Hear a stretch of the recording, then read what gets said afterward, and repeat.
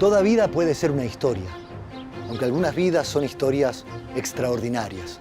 Por muchas razones, la de Enrique Sho es una de ellas.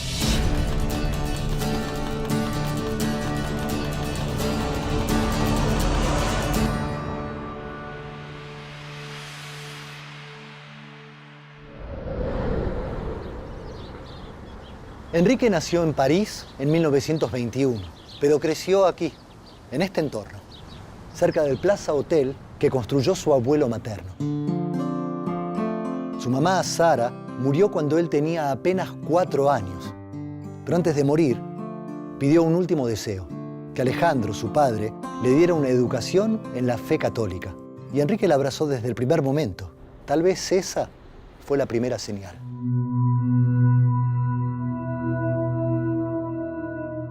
Desde chico, teniendo una devoción eucarística, rezando y encomendándose a Dios. Y yo creo que sin duda es por los genes de su madre y también su tío, el padre Adolfo Torkins, que era sacerdote salesiano. Enrique estudió en el Colegio La Salle de Buenos Aires, donde se destacó como un alumno sobresaliente. Y a sus 14 años decidió ingresar en la Escuela Naval Militar.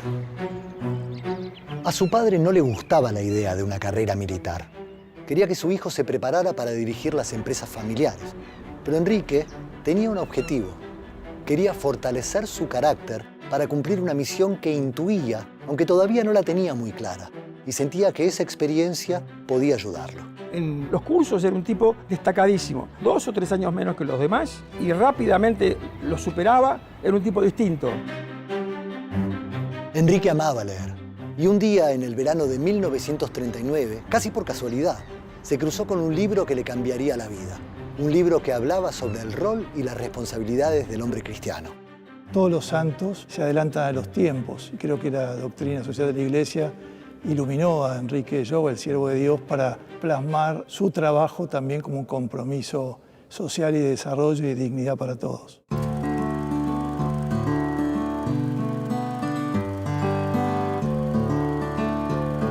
En 1943, Enrique se casa con Cecilia Bunge, quien sería el amor de toda su vida.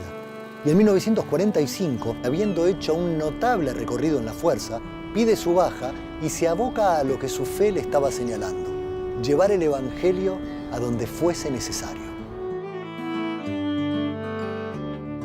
Decide ser empresario porque quiere ayudar a su gente.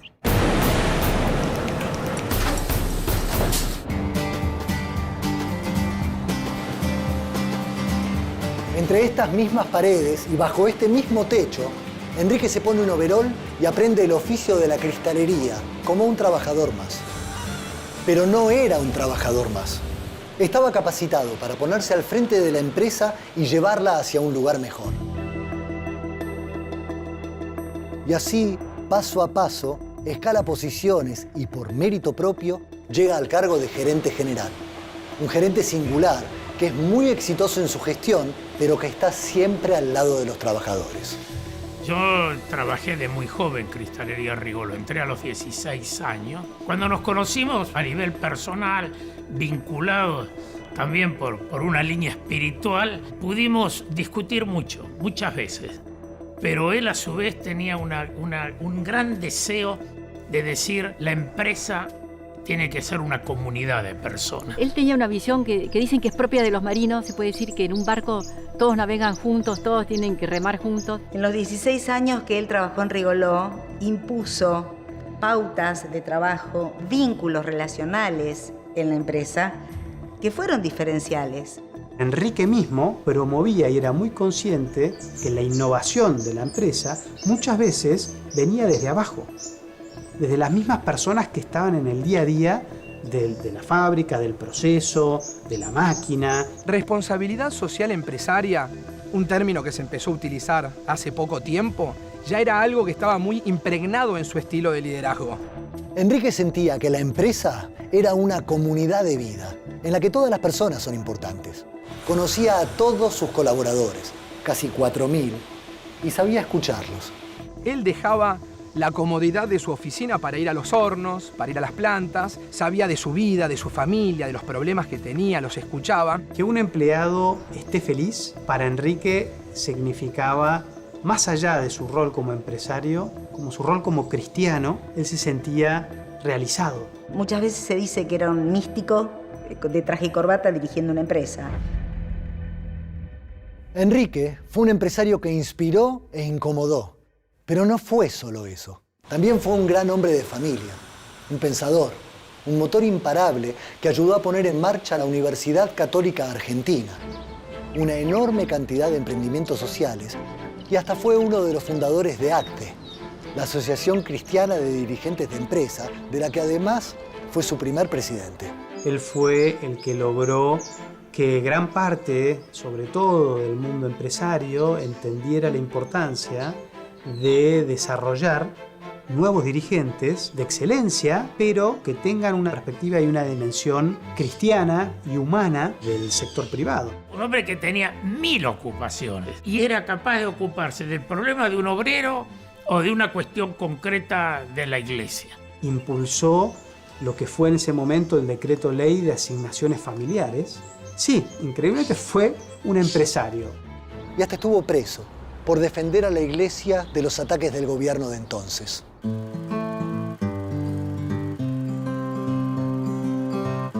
Cuando yo era chica no me daba mucha cuenta. Me parecía que todos los papás eran santos, que todos los papás eran magníficos. Cuando fui saliendo a otras casas, ahí ya me di cuenta que había una pequeña diferencia.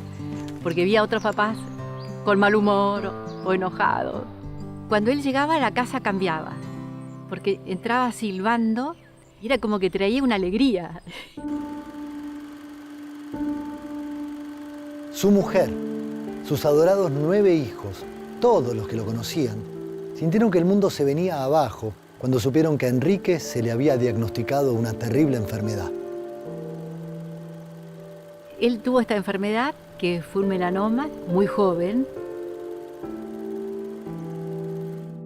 Y ahí ocurrió el episodio de los despidos. Llegó la orden de Estados Unidos, echar gente, 1200 personas. Y él dijo, si echan a una sola persona, yo renuncio y me voy. Él pensaba que la empresa tenía que ser rentable, era su primer responsabilidad, pero como decía, nunca sacrificando la dignidad de los trabajadores. Ese deseo que él tuvo de joven de ser un obrero llega a concretarse al final de su vida. La máxima expresión de ese profundo cariño estuvo dado en el momento en que van a donar sangre para él. Más de 260 obreros que trabajaban para él donaron su sangre para tratar de ayudarlo. Pero su muerte, muy prematura, fue inevitable. Enrique había muerto, pero en ese mismo momento se estaba encendiendo una luz. En un remoto lugar del planeta estaba naciendo un empresario santo. Alguien que tenía un verdadero compromiso con el país, que consideraba el desempleo como un mal moral, que luchaba contra la corrupción porque sentía que era un fraude a la democracia, que ante las diferencias tendía puentes, aunque pudieran perjudicarlo, y que estaba convencido que sin justicia no podía haber paz. Alguien que no tenía superpoderes, pero tenía un propósito, y que a 100 años de su nacimiento nos sigue interpelando. En el año 2002, mi marido, a los 32 años, se enferma con un cáncer que no tenía solución y le daban muy poquitos meses de vida. Después de rezar a varios santos, conozco a Enrique Jou a través de mi vecina, que me trae un recorte de diario. Este recorte habla que hay un empresario que necesitaría un milagro para ser beato, entonces decido hacer un trato con él. Mi mamá le pedía por favor que vuelva a casa, que nos vea crecer. Pasan los días, mi marido hacía 9 meses que no comía y empezamos a rezar y mi marido empieza a pedirme comer. Mi marido hacía ya más de un año que supuestamente se tendría que haber muerto y empieza a trabajar. Vivió 18 años más de los que los médicos decían que iba a vivir. Yo tengo la fe de que Enrique intervino en que mi papá nos pueda ver crecer, gracias a la cantidad de rezos y de peticiones que le hicimos en ese momento.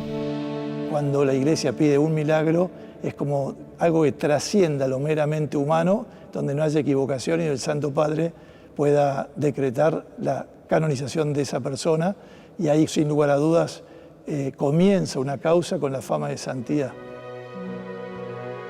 Mi papá mostró que se puede ser feliz buscando el bien. Se puede ser un empresario honesto, sensible y al mismo tiempo un buen padre de familia y un mejor ciudadano.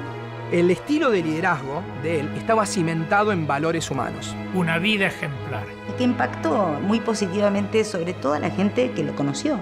Pudo decir en sus últimas palabras que moría muy feliz porque podía por fin decir que había hecho felices a los demás.